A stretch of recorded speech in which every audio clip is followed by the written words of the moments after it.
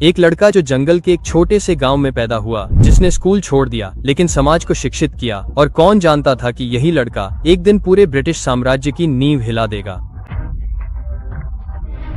ये उस भारत के क्रांतिकारी की कहानी है जिसे किताबों में कम लिखा गया, लेकिन जिसने ब्रिटिशों की नींव हिला दी थी और जिसे लोग भगवान मानते थे।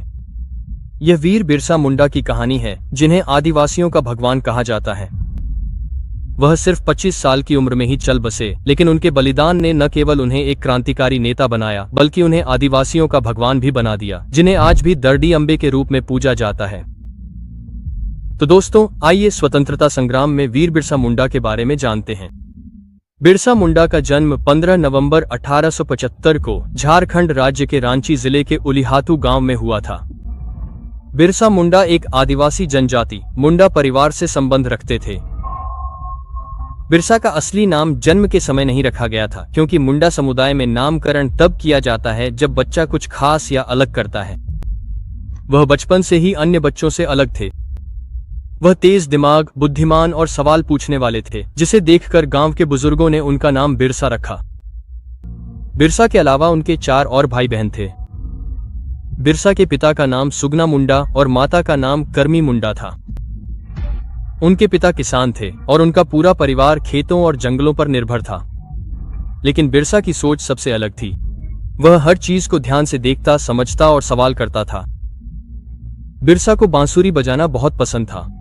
वह गाय भैंस चराने के लिए जंगल जाता था और एक पेड़ के नीचे बैठकर बांसुरी बजाता था। एक दिन कुछ मिशनरी उसके गांव में आए। मिशनरी मतलब वे लोग जो धर्म का प्रचार करते हैं। वे कहते, अपने बच्चों को हमारे स्कूल में भेजो, हम बच्चों को खाना और नए कपड़े देंगे, बस हमारा धर्म अपना लो और ईसाई बन जाओ। गांव के लोग पहले से ही गरीबी से परेशान थे। कुछ लोग इसकी ओर आकर्षित होने लगे। सुबाना भी उनकी बातें सुना करता था।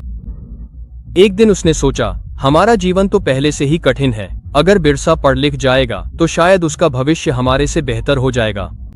और इस तरह बिरसा को मिशनरी स्कूल भेजने का फैसला किया गया। सन 1886 में बिरसा ने ईसाई धर्म अपना लिया और उसका नाम बिरसा डेविड रख दिया गया। बिरसा बचपन से ही तेज दिमाग का था, इसीलिए वह जल्दी जल्दी सीखने लगा। लेकिन स्कूल में जो कुछ भी पढ़ाया जाता था, उसने उसे अंदर से झकझोर कर रख दिया। उस समय मुंडा समुदाय के लोग जो सरना धर्म में विश्वास करते थे और जल, जंगल, जमीन की पूजा करते थे, उन्हें मिशनरियों द्वारा जंगली कहा जाता था और उनकी परंपराओं का अपमान किया जाता था। वे कहते थे, तुम्हारा भगवान झूठा है, केवल एक सच्चा धर्म है और वह है ईसाई धर्म। इन सभी बातों ने बिरसा को अंदर से तोड़ना शुरू कर दिया। उसे एहसास हुआ कि यह शिक्षा नहीं बल्कि हमारी पहचान मिटाने की साजिश है, और तभी उसने स्कूल छोड़ दिया। उस समय ब्रिटिश सरकार और साहूकार मिलकर आदिवासियों की जमीन छीन रहे थे। कभी वे जबरन कर वसूलते थे और कभी उनकी जमीन और जंगलों पर कब्जा कर लेते थे। गरीब आदिवासी दिन रात मेहनत करते थे, लेकिन बदले में उन्हें गालियां, मारपीट और धोखा ही मिलता था। महिलाओं के साथ बुरा व्यवहार किया जाता था और पुरुषों को झूठे मामलों में फंसाकर जेल भेज दिया जाता था। लोग डर के मारे कुछ नहीं कर पाते थे, लेकिन बिरसा चुप नहीं बैठा। उसने लोगों को इकट्ठा करना शुरू किया। उसने उन्हें समझाया कि यह जमीन और जंगल हमारा है, हम गुलाम नहीं हैं, हम धरती के असली मालिक हैं। उसने लोगों को झूठे धर्म से बाहर निकाला और उनका अपना धर्म, बरसाई धर्म शुरू किया। उसने ब्रिटिश और ईसाई धर्म के खिलाफ आंदोलन शुरू किया। बिरसा अलग अलग गांवों में जाता और लोगों को बताता कि ये लोग हमारे साथ अन्याय कर रहे हैं, और लोगों को जागरूक कर आंदोलन में शामिल करता।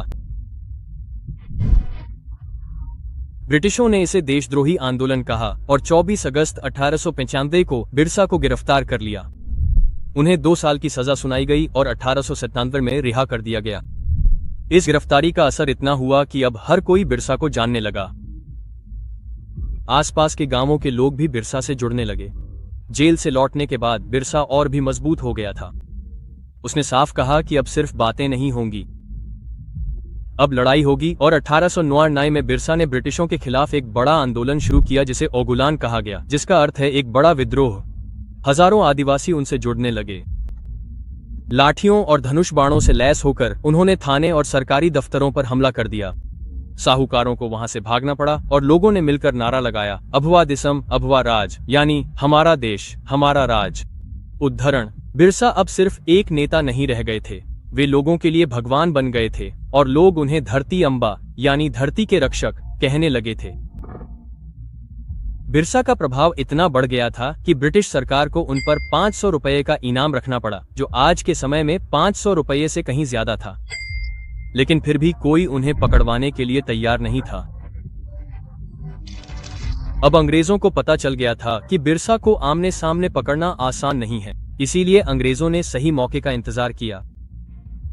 एक दिन अंग्रेजों को अपने जासूस से पता चला कि बिरसा अपने कुछ साथियों के साथ जमकोपाई जंगल में हैं और अगले ही दिन 3 तारीख को 1900 में बिरसा जो जंगल में छिपे हुए थे उन्हें अंग्रेजों ने घेर लिया और गिरफ्तार कर रांची सेंट्रल जेल में डाल दिया। कुछ महीनों बाद 9 जून 1900 को अचानक खबर आई कि बिरसा की मृत्यु हो गई है।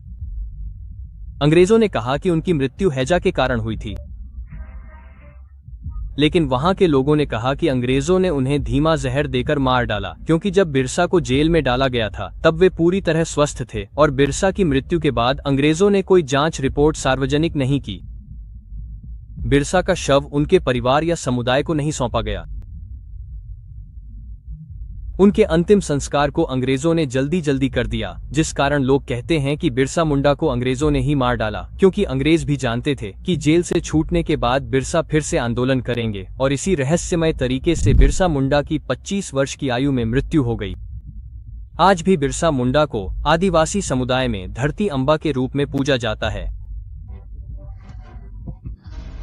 आदिवासी समुदाय आज भी बिरसा को भगवान का दर्जा देता है। तो ये थी वीर बिरसा मुंडा की कहानी। दोस्तों, अगर आपको वीडियो पसंद आया हो तो कृपया चैनल को लाइक और सब्सक्राइब करें। ऐसे ही किसी नए विषय पर फिर मिलेंगे।